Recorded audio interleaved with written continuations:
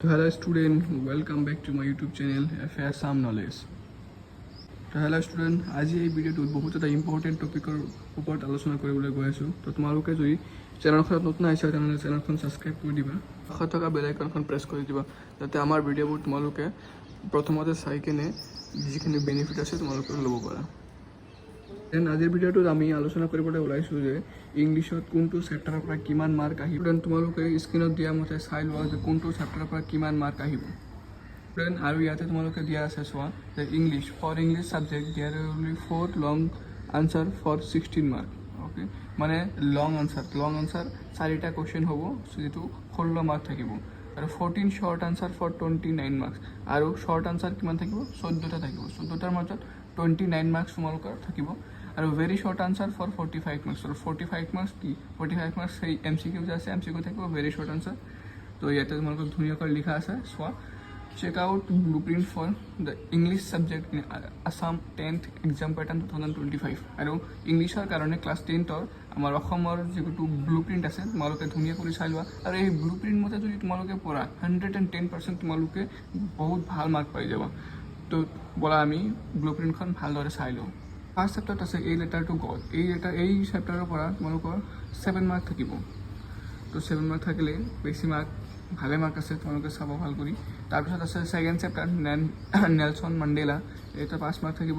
কৰগোৱাৰ পৰা থাকিব 5 mark. T from Assam ইয়াৰ পৰা থাকিব 5 মাৰ্ক। তাৰপিছত তোমালোকৰ মেডাম ৰাইডছ দ্য বাছ ইয়াৰ পৰা থাকিব 4 মাৰ্ক। এই টাইগাৰ ইন দ্য জো ইয়াৰ পৰা থাকিব 3 মাৰ্কছ। আমাণ্ডাৰ পৰা থাকিব 2 মাৰ্ক। এনিমেলছৰ পৰা থাকিব 2 মাৰ্ক। দ্য বল পয়েম ইয়াৰ পৰা থাকিব 3 মাৰ্ক।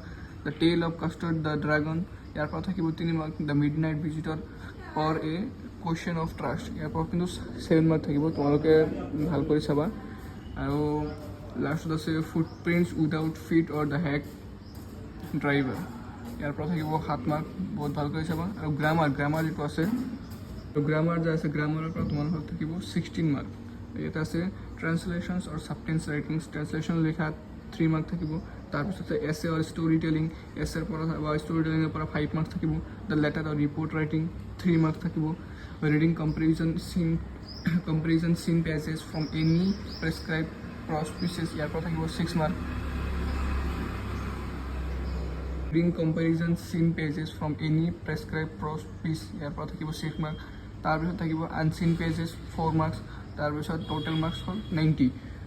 তো ষ্টুডেণ্ট তোমালোকে এইকেইটা চেপ্টাৰত যিকেইটা ধুনীয়া কৰি মাৰ্কিং স্কিল দিয়া আছে, তোমালোকে যদি এই মাৰ্কিং স্কিলখন চাই ভাল কৰি পঢ়া, মাৰ্কিং স্কিলখন ভাল কৰি চাই পঢ়িলে তোমালোকৰ এটা মাৰ্কো কোনেও ডিডাক্ট কৰিব নোৱাৰে, কাৰণ ইয়াত বহুত ভাল কৰি দিয়া আছে কোনটো চেপ্টাৰৰ পৰা কিমান মাৰ্ক আহিব। তো তোমালোকে এই চেপ্টাৰখন চাই তোমালোকে ভাল কৰি এটা ব্লু প্ৰিণ্ট নিজে বনাই লোৱা যে মই কোনটো ছাবজেক্ট কৰিম, কোনটো চেপ্টাৰ কৰিম। তো তোমালোকে দুটা চেপ্টাৰ যদি ভাল মানে বহুত ডাঙৰ লাগিছে কিন্তু মাৰ্ক কম, তো সেইবিলাক চেপ্টাৰ তোমালোকে স্কিপো কৰিব পাৰা।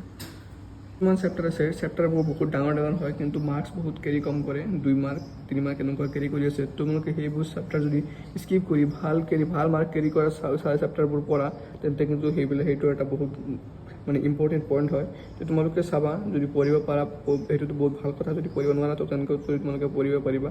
আৰু এক্সামৰ কাৰণে বেছি দিন নাই, তো তোমালোকে ভাল কৰি ৰিভিজন দিয়া। আৰু যদি কিবা ডাউট থাকে তেন্তে তোমালোকে কমেণ্ট ছেকশ্যনত জনাই দিবা, আমি তোমালোকক সলিউশ্যন দি দিম। আৰু ষ্টুডেণ্ট এই যিটো ব্লু প্ৰিণ্ট আছে এইটো সেৱাৰ অফিচিয়েল ন'টিচ হয়, তো তোমালোকে এলেহুৱাভাৱে লৈ লাভ নাই, এইটো বহুত ইম্পৰ্টেণ্ট হয়। তোমালোকে যদি এই ব্লু প্ৰিণ্ট চাইখন পঢ়া তেন্তে তোমালোকৰ কিন্তু বহুত ভাল হ'ব। তো ষ্টুডেণ্ট আজি ভিডিঅ'খন আমি ইয়াতে শেষ কৰিছোঁ। কোনোবাই যদি চেনেলখন ছাবস্ক্ৰাইব কৰা নাই তেন্তে চেনেলখন ছাবস্ক্ৰাইব কৰি দিবা।